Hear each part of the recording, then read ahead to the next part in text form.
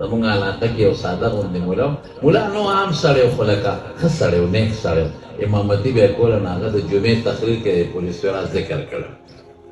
یو مقتدي ولا چای وکړه او دا سپین چرګ یې ولا سور کړ او هغه یې پرې وخوړه خو ښه یې پوره پرې موړ کړه نو استاد جي دا وخوره دا پتون دا ښه یې موړ کړ وی استاد جي تا پرون د جمعې تقریر کې وی چې یو پل دی او د ویښته نه نری دی او تورې نه تېره دی دا داسې مونږ یارولو که دا حقیقت دی وی نه دا خو حدیثو کې شته نو استاد جي ته وپې څنګه دی تا هم چشمه کې چورلی او کونټی دی لاس کې د ډولۍ په لاره ګرځي څنګه به پېځې خو څه دم به د سرۍ تورها که دم د سره ني په دې به ته ځې څنګه